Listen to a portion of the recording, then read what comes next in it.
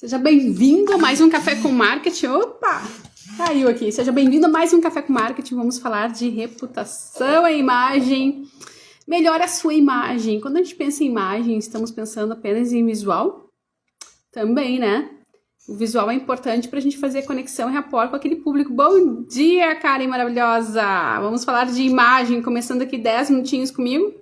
Vamos lá, vamos falar de imagem. Como é que a gente melhora a nossa imagem diante do cliente? É óbvio que você tem uma boa imagem, você vende mais, ou vende com melhor valor agregado. Só que melhorar a imagem não é apenas a questão do perfil, de como que você se veste, de como que você se maquia também. Mas a questão da reputação, aliado a essas questões de imagem, aquilo que é visual, aumentam e elevam em 80% a sua margem, seu índice de conversão. Lembrando que imagem não é apenas, então, aí a questão física, a questão visual, mas também a questão do impacto da minha fala e do meu comportamento que ditam o quê? Que ditam a forma como eu me posiciono no mercado. Por isso que o marketing trabalha tanto as questões relacionadas a branding, que é aquela percepção que o cliente tem diante da gestão que eu faço da minha marca. Se eu tenho uma melhor reputação, eu tenho maior credibilidade, eu tenho maior conversão, eu tenho maior fortalecimento do meu negócio. E quando eu penso em negócio, eu penso não só marcas de grandes corporações, mas marcas pessoais, eu, empresa. E também toda essa narrativa aqui serve para quando eu penso no meu marketing pessoal no sentido de influenciar o mercado, influenciar a minha família, influenciar as pessoas. Então eu tenho que estar em conexão, em perfeita harmonia com o meu público-alvo. Ontem eu estava numa consultoria e um cliente me perguntou exatamente sobre isso. Eu vou fazer uma sessão de fotos e uma sessão de vídeos. Como que eu devo me vestir? Sendo que esse cliente tem 3 negócios e em cada negócio são 3 filhos. Ele vai ter que se comportar de maneira diferente diante das câmeras. Por quê? Porque do outro lado estão personas diferentes, estão públicos, nichos diferentes. Um mais jovem, outro mais investidor, outro mais conservador. E aí eu preciso ativar essa conexão, esse rapport que a gente chama, de acordo com o que faz sentido, de acordo com o que faz sentido com o cliente. E por que nós estamos falando em melhoria de imagem também? Porque nos últimos dias nós tratamos da questão da cultura organizacional. Então pense que isso aqui é um plus, é um complemento a essa questão de cultura organizacional. Quando eu penso em negócios, seja ele qual for, micro, médio, grande, gigante, eu estou elaborando a partir de um pressuposto, um plano de negócio, uma estratégia de alavancagem. Eu tenho metas, eu tenho objetivos gerais, além do operacional, além do meu dia a dia. Se eu não tenho isso, eu tenho um problema. E se eu tenho isso, eu já estou pensando também na forma como eu vendo, no meu posicionamento, missão, visão, valor. Às vezes faz sentido para você, a gente está conversando bastante sobre isso. Então, se você tem essas questões definidas e logo, por consequente, na próxima etapa dessa criação de posicionamento, eu penso nas minhas regras mercadológicas de atendimento ao cliente, de relacionamento com o público interno.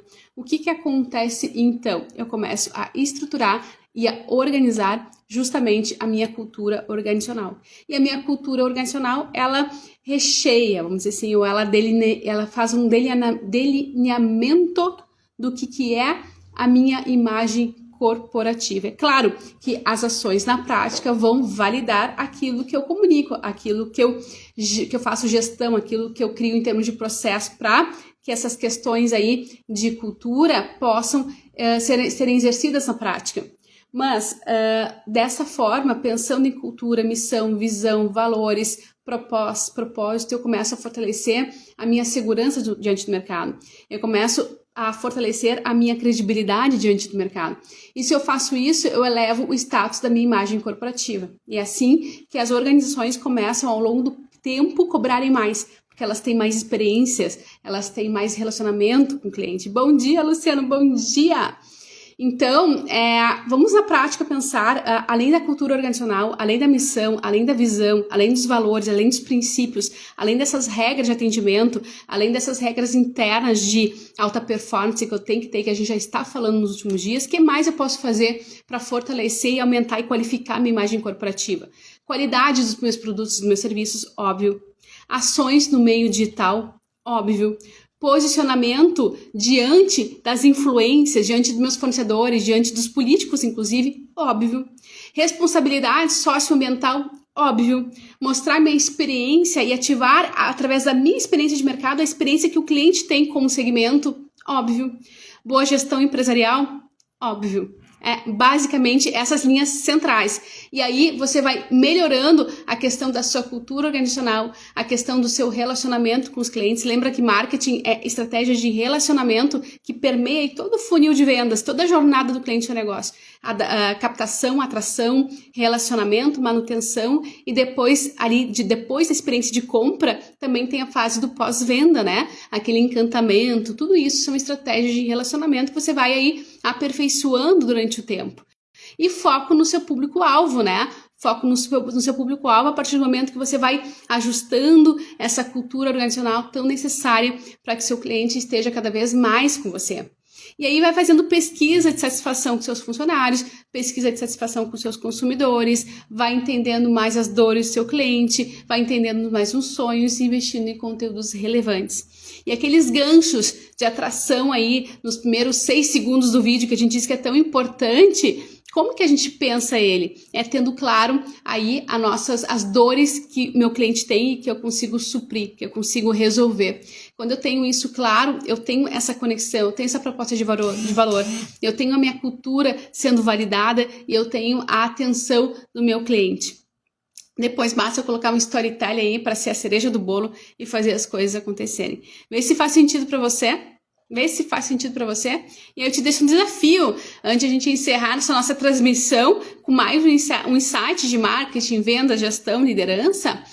A pergunta que eu te faço, que eu te desafio é: qual é a diferença entre a imagem corporativa que você tem aí no seu negócio e a reputação que você tem? Qual é a diferença entre a sua imagem corporativa ou a sua imagem pessoal diante da reputação que a sua marca tem e diante da reputação que você tem? É muito comum as pessoas acreditarem que imagem e reputação são sinônimos, só que não. A imagem, ela não cumpre aquele índice elevado de percepção de valor sobre o quanto que o cliente está disposto a pagar para mim. Agora, quando eu tenho imagem aliada à reputação, aí esse indicador sobe mais. Aí eu tenho esses 80% aí de satisfação e potencial de recompra do meu cliente. Então, imagem e reputação são significados diferentes, enquanto que a imagem responde pela percepção do consumidor em relação ao seu contato momentâneo contigo, pelo visual, pela linguagem, até pelo comportamento, pelo posicionamento, né, pela aquela linguagem que a gente chama não verbal. Por exemplo, o cliente vai à loja comprar um produto e aí tem uma experiência sobre se a imagem é positiva ou negativa, daquele ruim ou bom, sabe? Aquele famoso ruim ou bom? Pois é, imagem é isso. Agora, enquanto isso acontece, o consumidor ele pode ter uma imagem positiva ou negativa, enquanto as suas necessidades, enquanto as suas percepções e vontades diante da marca. Agora, a reputação, enquanto que isso acontece em nível de imagem, a reputação ela representa mais, ela é um somatório de múltiplas imagens também, tá? Logo, não é talvez num dia que você vai queimar sua reputação com o cliente se a tua imagem tá ruim, se você está descabelado, se você acordou de um mau humor, não foi empata, não. Mas se você tem uma recorrência disso, o seu consumidor tem ao longo do tempo uma percepção bastante ruim do seu negócio porque a sua credibilidade caiu. E caiu então a sua reputação. Portanto, construir essa reputação positiva leva mais tempo, porque ela abrange aí a opinião de todas as pessoas da sua comunidade que tem contato com a empresa. Por isso que a gente também trabalha aquelas empresas que estão já no marketing mais avançado, as tais das comunidades. Então a gente finca aí uma bandeira, mostra de fato qual é a nossa proposta de valor diante do mercado e a gente cria uma solidez até para que a gente possa ter aí alguns momentos que talvez não sejam tão favoráveis para a marca, que acontece, mas que a reputação não se perca com uma única imagem ruim de marketing, tá?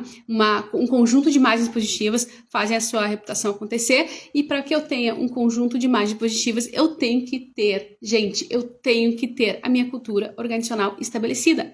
Se eu não tenho cultura organizacional estabelecida, eu tenho cada colaborador andando para um lado, em termos de atendimento, em termos de posicionamento, em termos de linguagem, então eu não consigo consigo criar esse boom de múltiplas imagens positivas que vão ao encontro daquilo que é o objetivo principal do meu negócio. Vê se faz sentido para você. Então, dessa forma, para a gente encerrar, quanto mais a imagem corporativa for positiva, calcada em missão, visão, proposta de valor, cultura organizacional, maiores são as chances da empresa também ter uma reputação positiva, logo aumentar seu faturamento, não só pelo aumento de vendas, mas também pelo valor agregado que o cliente paga para você, tá? Vê se faz sentido. Aline, mas eu não sei como aplicar isso na prática. Ok, então utiliza aí as nossas outras lives, vai nas nossas playlists, ou então diz um eu quero, me chama no inbox aí, a gente faz um diagnóstico, a gente faz uma conversa sem compromisso pra gente entender como é que tá o seu momento e quem sabe já te dar algumas dicas aí pra você conseguir já colocar na prática, tá? Bom,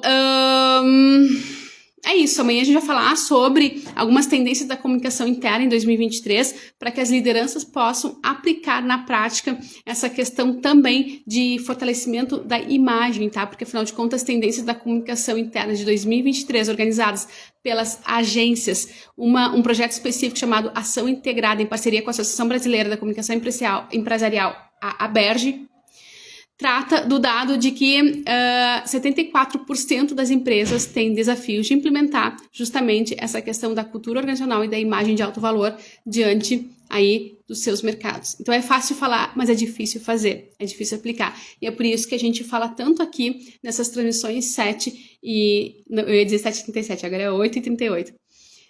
Todos os dias a gente fala aqui para você ir aos poucos entendendo a importância disso e tendo esses insights todos os dias de como aplicar na prática com seu time e com seus clientes, tá?